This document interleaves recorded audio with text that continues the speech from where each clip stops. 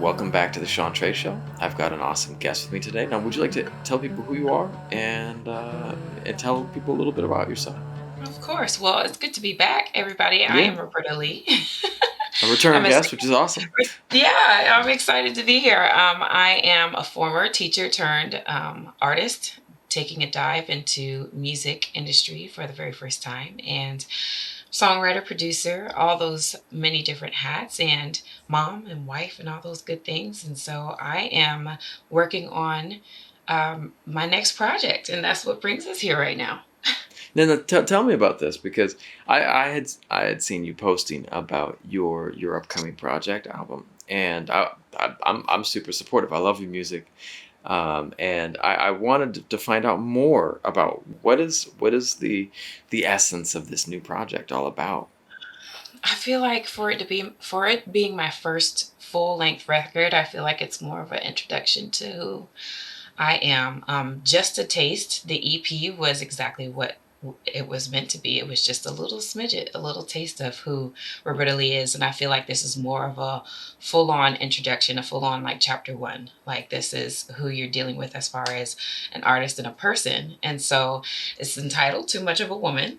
Okay, and Nice, I have nice. found I have found that I have been too much of a woman for some people and just enough for the right folks in the right community and the people who love me. And so I wanted to express that in this first record, in this first project. So That is an interesting concept. I like that, and I want to deep dive into that a little bit. Too much of a woman. I remember when I was a kid, I wasn't too much of a woman, but the concept of too much that people mm, want us to tone it back, to dial it back, and there's this yeah, whole group of people that are made uncomfortable when some of us shine, and I think that the exactly.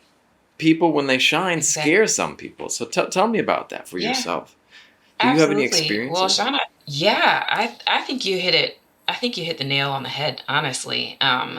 Whether it's too much of a woman or too much of a man or too much of anybody that I Yeah. identifies in any rate, too black, too white, too this, too that. Like there's always some Yeah. sort of box that people get placed in to keep people in this particular expectation of how we should behave, how we should love, how we should you know, how we should make money, how we Right? should live and survive instead of us walking in freedom of just being who we are unapologetically. If you want to make an income doing music or being a creative, or if you want to make an income doing 9 to 5, it's your choice, right? It's leaving space. It's the conversation about leaving space for people to simply be without being restricted.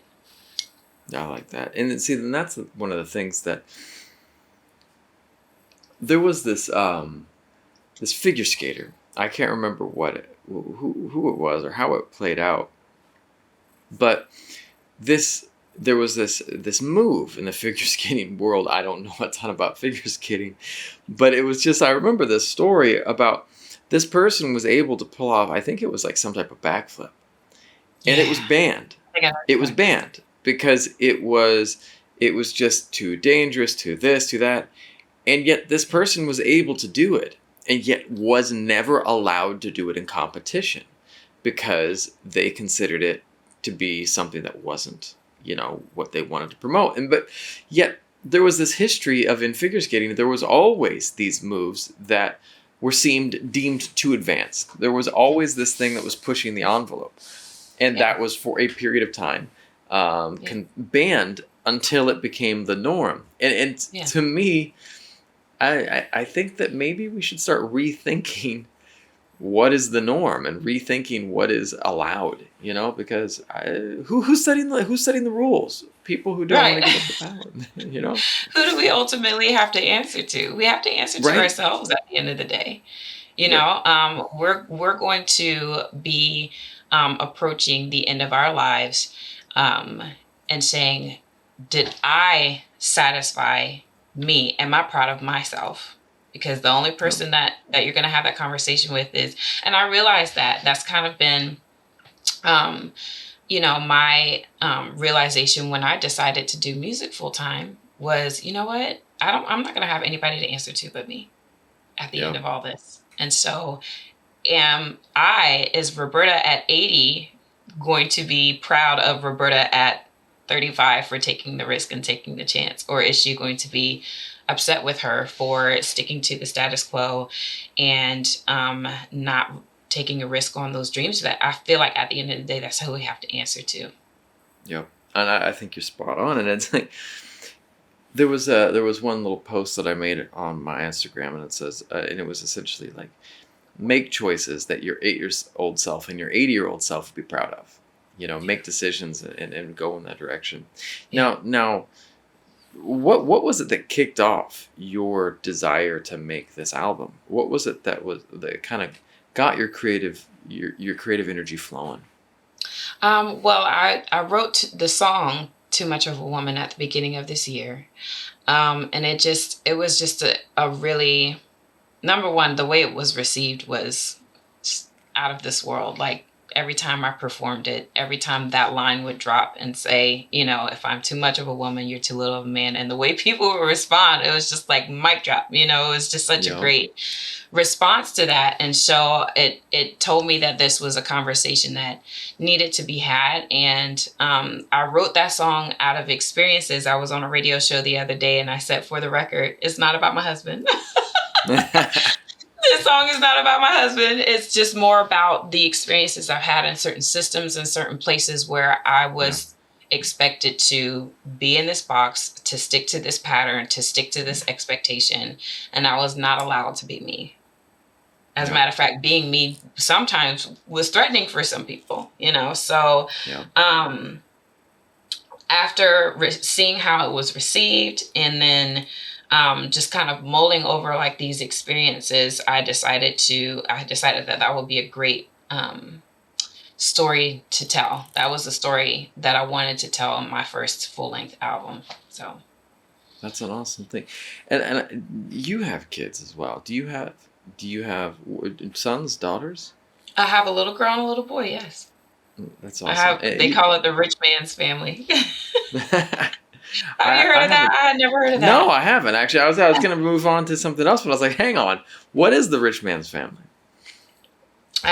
Someone said that to my husband one time. We were walking, they're like, yeah, you got the rich man's family. You got your little girl, you got your little boy. And I'm like, okay, I've never heard that. But yeah, I have, my daughter Vanessa, she's 8. My son Michael is 6. And, we both have a responsibility to set an example for them as far as their freedom to be themselves, so. I never understood that. But, being the father of a daughter, it woke me up. And forgive me for this, but one of my favorite, I love Dirty Dancing. And I love that line. I love that line. Funny. Nobody puts baby in a corner. And every time I think about my daughter, I'm just like, I hope no one ever puts my kid in the corner. Yeah. And I can't hope for Patrick Swayze, who was literally the most genuinely awesome, sweet, wonderful person in real life. We met him. I met him a couple times when I was a kid. Nice. And he's such a genuine. You can't wait for someone to come rescue someone. You got to teach people to stand up for themselves. Absolutely. And so I'm very impressed by this topic. Now, with your album, are you writing everything yourself? Are you doing all the instrumentation? What is your goal with this? Are you collaborating with different people? I'd love to know more about your process.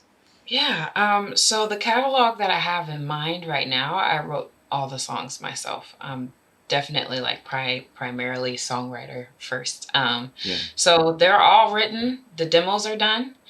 And my goal this time, which is why I did the Kickstarter, is to work with a producer. The last project I did, Just a Taste, was a DIY project. I did it all here in my studio. I did it all at home, and I was encouraged to kind of level up when it comes to the quality and the presentation and what I had to offer when it came to music. And so that's why I said it's probably going to be, it's important to work with a team this time. And it's a little scary, you know what I mean? Because you're kind Right. of relinquishing a little bit of creative control, but it's also going to help to step outside the box and expand myself. But Yeah. that's what the Kickstarter is all about. Is yeah, I want to work with some producers. I would love to get features. I would love to have a higher quality of sound and presentation and marketing too. Yeah. And that of course takes money. So yeah, Makes sense. I'm looking forward. I think the biggest thing I'm looking forward to is features. I'm hoping to get some folks to join me on a few songs. So That's awesome. yeah, And I was talking to someone about that the other day about getting this collaborative. We live in an era that is dominated by social media, and whether people yeah, like it or not, it is a landscape where if you can collaborate with people, it grows your sphere yeah, of influence. It grows, and I, yeah, I don't just like to think of it in those terms. I'm like, for me, it grows your positivity. It grows all of that goodness and yeah, all the good vibes that people are sending your way. yeah, And so I love that. absolutely, I love the idea of bringing people in like that. And yeah, yeah. it's a beautiful thing. Now, what genre are most of these songs in? Is it mostly country? Is it Americana? Or where do you feel like you're drawing? What is your influence that you're drawn from for most of the songs that you wrote for this album? Someone heard me. A friend of mine. We were working on some music together. I believe it was a show. He was a musician, and his stage name was Chosen Fingers. And he said, That's "Man, awesome. you're like keyboard pianist." And so he said, "You." He described it as country neo pop, I like that. and I'm like, "That's different." Yeah, yeah. I'm like, okay, I can see that. I'm like, I was so grateful that somebody finally pulled it together for me, because I knew I had a lot of jazz influences from my parents. Growing up, we would listen to jazz and the old school R&B and the gospel and things like Yeah. that.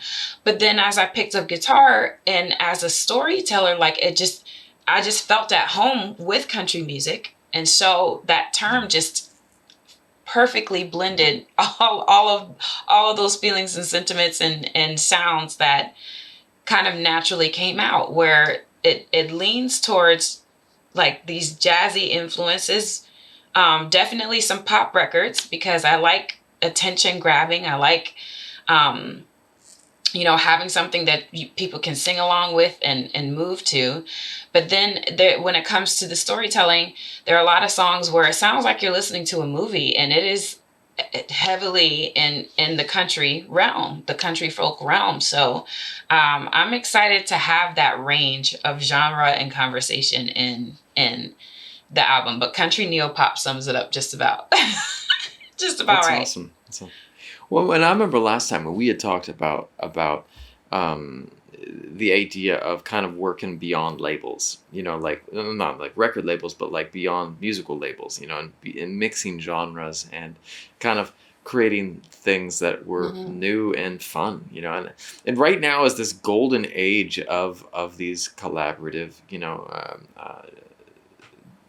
musical endeavors that are kind of outside of the box, which is freaking awesome, and it's beautiful like that. Now, Yeah. what do you need to get this album made? What do you need from people to help you make this album? Well, right now, the Kickstarter, right, and Yeah. donations, people pledging to this Kickstarter, because a lot of times as artists we hesitate to move forward because we really just don't have the funding, the support to do it. Yeah. And that's been a major lesson for me this year, is that I could put all the blood, sweat, and tears into making a record, but if I don't have the resources to back it and to actually push it Yep. out there and get people to Yep. listen, it's kind of just like, hey, it just falls into the sea of this huge sea Right. of music that we have right now. And Yeah. so right now we have 4 days left. And it's getting the funding.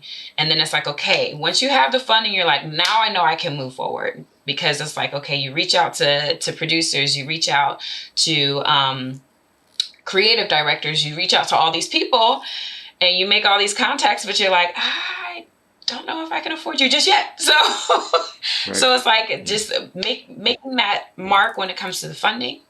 And then after that, it's like, okay, now I can make the connections, I can make the network, because I know I'll be able to meet them where they need, because they have to get paid too. Like everybody. Yeah. And that's kind of the tough part about being an artist and a songwriter, is that everybody gets paid before you do. Yeah. and Right. um and yeah, it's one of those things, but um that's the way the beast runs right now. And so that is priority, is getting this Kickstarter completely funded. And then after that, I can move forward with security and say, okay, because the songs are there. The songs are done. Yeah. That's not the issue, at all. The songs are there and they're ready to be recorded. But yeah, You got to have the money. You got yeah. to have it. But and that's the beauty of things like Kickstarter, and I think there's some other different crowdfunding platforms, but yet it allows people to see. I think back, and you hear stories about great. I think about like Elvis Presley or Johnny Cash, or these people who had that had these chance encounters, and thousands of others that were successful that had these chance encounters that led to them getting signed, getting their music out there. But there was a host of other people who did not have that opportunity, who might have been the greatest musician in the world, might have had the most amazing music. But at that time, there wasn't, these Kickstarter, there wasn't social media where people could create campaigns and pull something together. And Yeah. so that's what I find is really beautiful. And for anyone who's watching right now, we will have a link on the YouTube description. Hopefully, we'll have some other links up.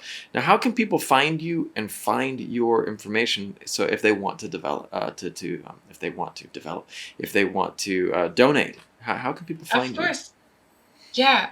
Well, my website, www.iamrobertalee, spelled Lea, .com. And then there's, of course, on all the socials, Facebook, Twitter, Instagram, and you will definitely find truckloads of posts and tweets and links. And it's not going to be hard to find, that's for sure, Awesome. when you look me up. So that's exactly where they can find me. No. Well, there was this great quote post, kind of a little thing. There was this Korean show that my wife showed me the other day, and I think I don't know where they took the inspiration from, but I remember also in the movie Cash with Joaquin Phoenix, and what was her name? I'm blanking on the actress that plays June Carter Cash. Not a problem, but Okay. the main actor, or not the main actor, the guy who plays the record label exec is talking to Johnny Cash, and Johnny Cash is auditioning, and he's like playing some song that wasn't so great, and he's like, if you were dying in a ditch somewhere, and you had one song to play to God, to let God know exactly where you were at and your feelings, what would you play? What song would you play? Mhm. And in this Korean TV show, they had the same kind of vibe. They had this One Take is the name of it. It's on Netflix. Right. One Take. Okay. And they essentially have these Korean artists, get them on stage, and they say, we there's nothing fancy. You've got one take to perform a piece that you would love the universe to hear forever and always. What would you perform? So I'm asking you, with your album, if you were singing one message, what would be that message that you think the world needs to hear from your album?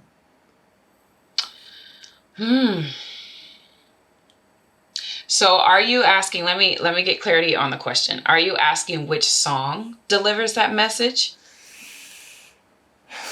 Or are you What is the asking, message? What is the message with this okay, what album? is the message? Okay, so someone asked me the other day if I could describe the album in one word, what would it be? And I said complex.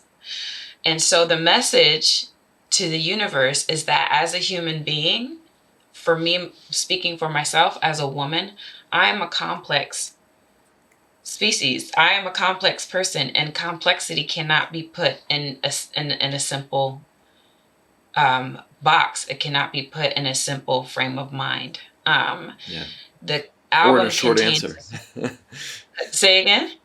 Or in a short answer. It's something that's not able to. Absolutely, absolutely. The songs range from something as spicy and as attitude driven as Too Much of a Woman to something as fun and exciting as Girl Trip to something as simple and delightful as Dinner Sunset Nina Simone.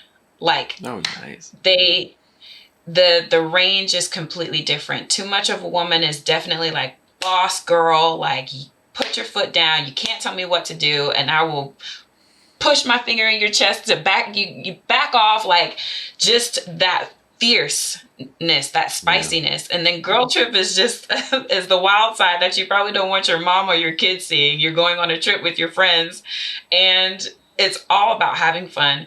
And Dinner Sunset Nina Simone is about enjoying a simple dinner with your family. Like I do love my husband and my kids. That is also Yeah. true. And it is also true that I'm not going to back down on what I believe or what I want. And it is also true that that there's a wild side of me that not everybody gets to see, but it's there.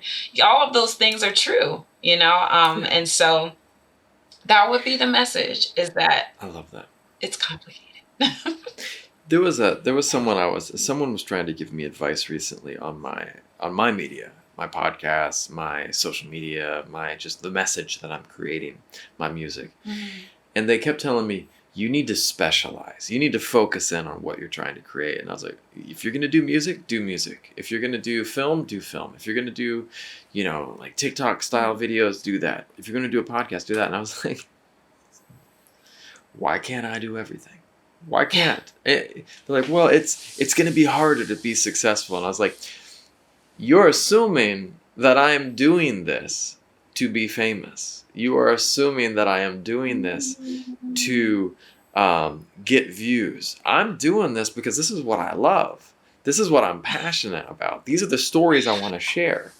And I think that that's the difference. Is like, are you doing something because it's what you love and it represents all parts of the expression of you? Or are you doing it because you feel like it's going to be a benefit, in the short term or something? I don't know. I don't like those labels. I don't like those boxes. Man, that's powerful. That is powerful because I think everyone interprets behavior and the things that we do at it's like there has to be some sort of end goal. Yeah. There has to be some sort of linear and like boom, you made it to a specific point. And that's not always life. You know what I mean? And it can be, I can do this just for my enjoyment.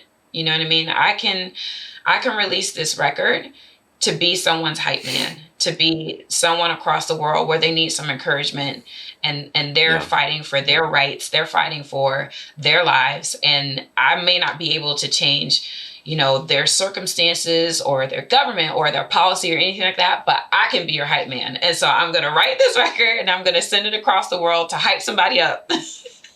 And encourage them to keep pushing forward. You know what I mean? Like I don't have to be Beyonce. You know what I mean?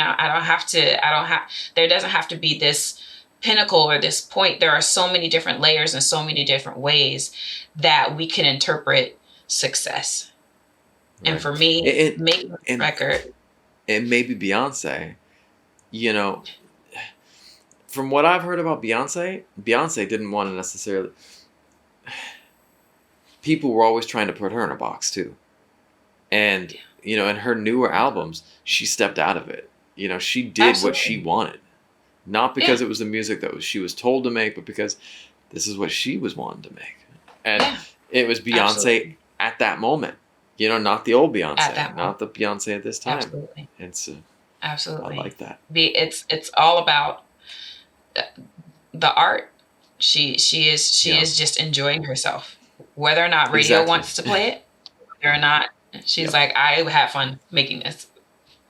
And Well, and that's it. that's the And that's beauty it. of streaming. And I think the beauty of the new musical landscape is that um, radio stations are losing some of their power. I mean, certainly they still have influence. Certainly they are still gatekeepers to certain, things. However, people can find your music as long as you put it Yeah, up.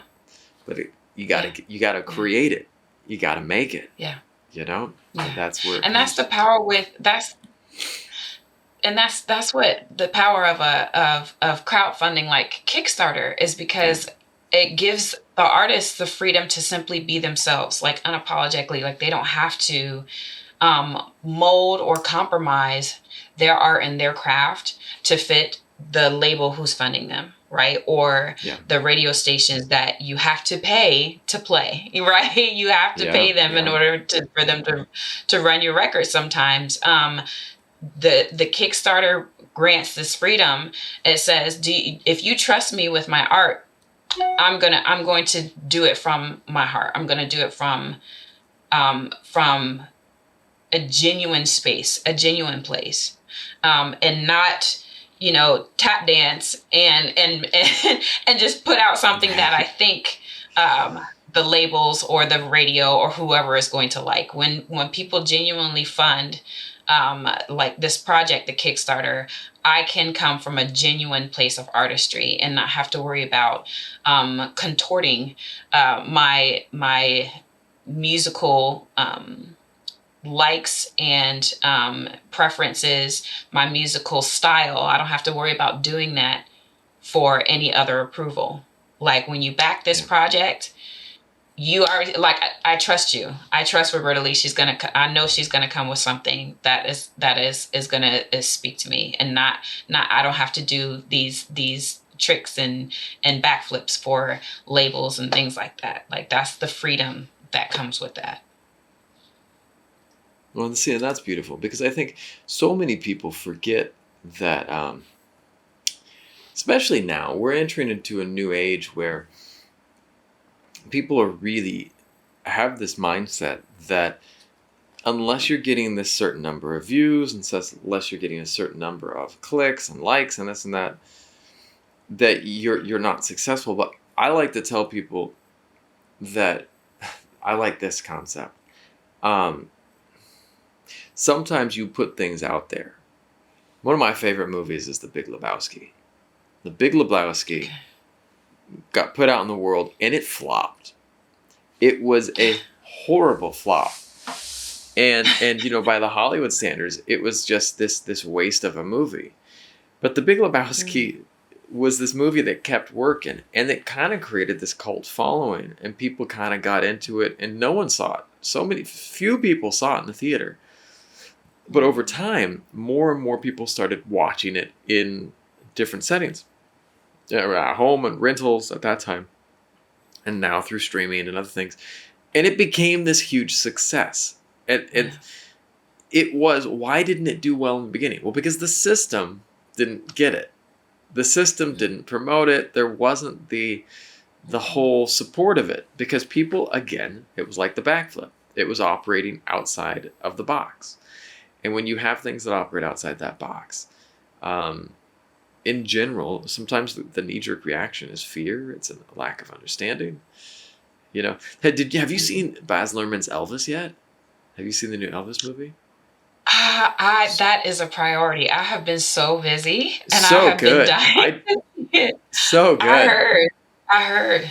I heard. It I have a looks at couple of how friends in there. you do. That's awesome. That's Well, awesome. yeah, Shannon Saunders plays the preacher, and then Yola. She's not my friend just yet, but I claim her. I love it. She plays Sister Rosetta Tharpe. So That's awesome. Yeah. One of the things that was beautiful about that movie is that, first of all, the soundtrack is second to none. And I'm a big Baz Luhrmann fan. I love Moulin Rouge. I love his movies. But the thing is this this soundtrack was Yeah. way beyond any.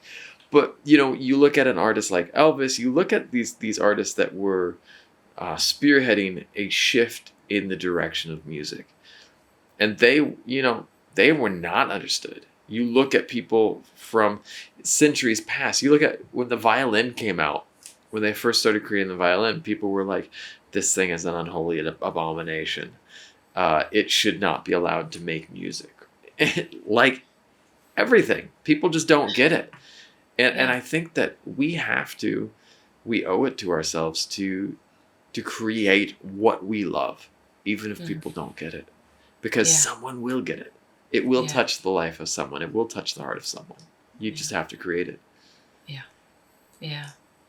It's an interesting dynamic, the way creativity and the arts flow into business. Because even when you think about Elvis, for example, Yeah. the reason why he became successful is because he took what was misunderstood in Yeah. black and brown artists, and he was a package that they could put it in and sell. You know what Yep. I mean? Like they're like, oh well, we can sell him to the popular American public Yep. because Yep. that's a little bit more palatable. Yep. And so I haven't seen the movie, but just trying to understand, just what you hear about Elvis, that they there was a dive into that. genuine appreciation for Yep. artists that he learned from. Yep. But it at the time it could not translate into, because it was all about business. There's just this fine dance between craft and artistry and just your Yep. genuine love for art, and then business. It's like once Yep. business gets a hold of it, it just because he was taken advantage of as an artist too. There were so And many. And I think that's the that's whole what the plot. movie I'm not gonna give reveals. away Yeah, everything, but yeah, that's the right, plot of the movie. That's the plot right, of the movie. They look yeah, at how he was exploited and the yeah, music was exploited. There was just this yeah, constant exploitation yeah, yeah, of everything, and it's yeah. interesting because you talk about that, but yet artists have the responsibility to Mhm. try to create art and try to Yeah, push boundaries, because absolutely. if they don't, Yeah, we get stuck in the same merry-go-round of yeah, of mediocrity. yeah, yeah. The same cycle. It kind of just goes. Yeah, and that's kind of the catch-22.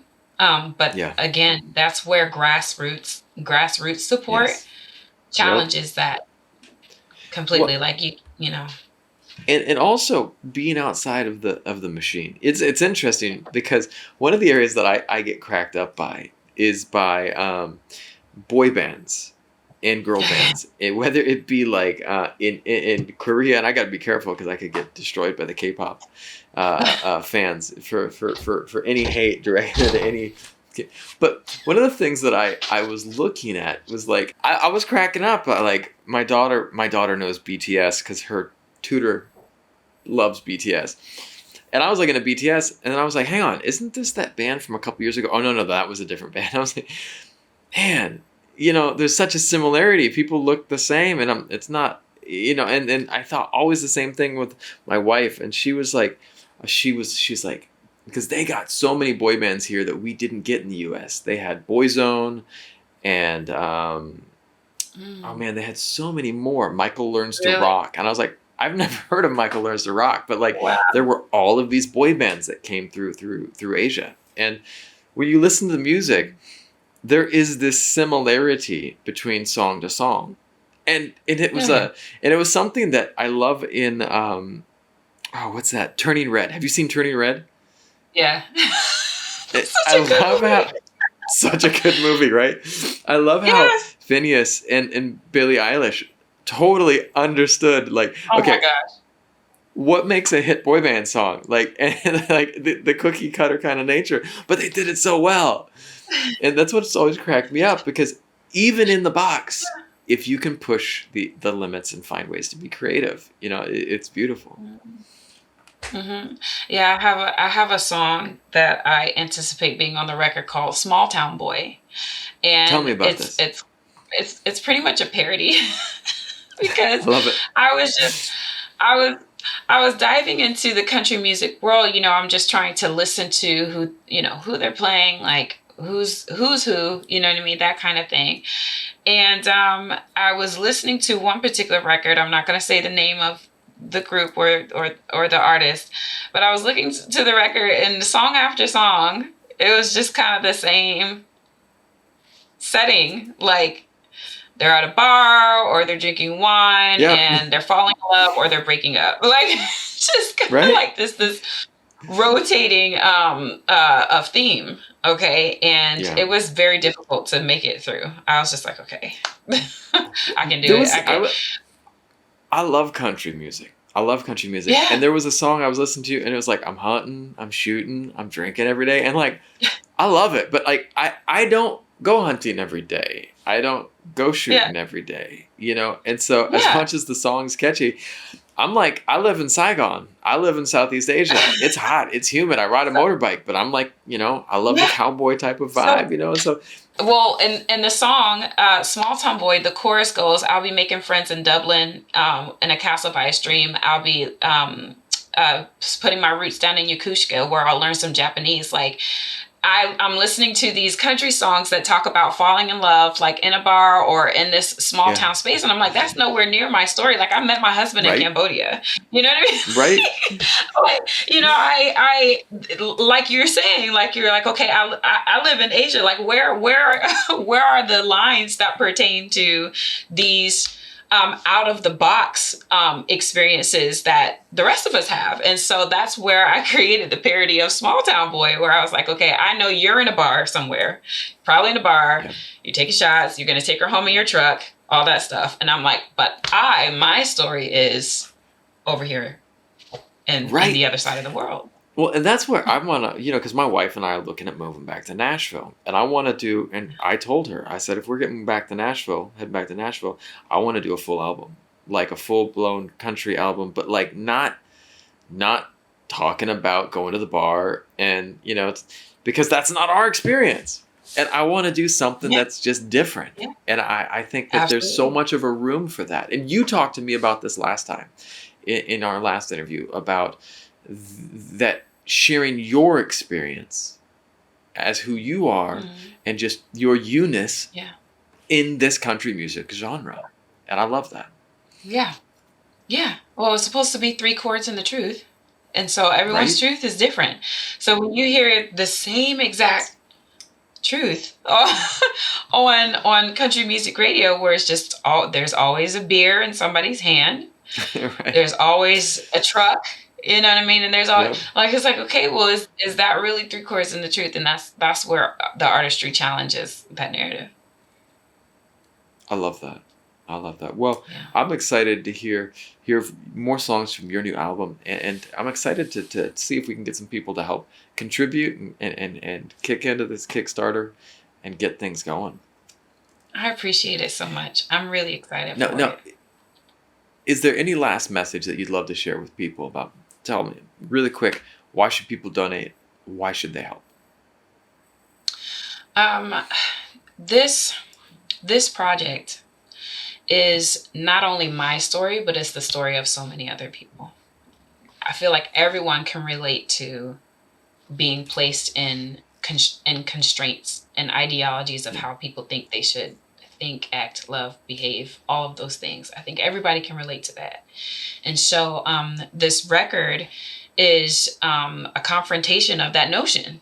And not only is it my personal story as a Black woman from Virginia, but it's also the story of, i.e., young girls fighting about whether or not they can wear their hair out in Iran right now. You know what I mean? I had a friend of mine leave a message. She's in tears because she has family in Iran and she doesn't know if they're going to come back, all because of hair.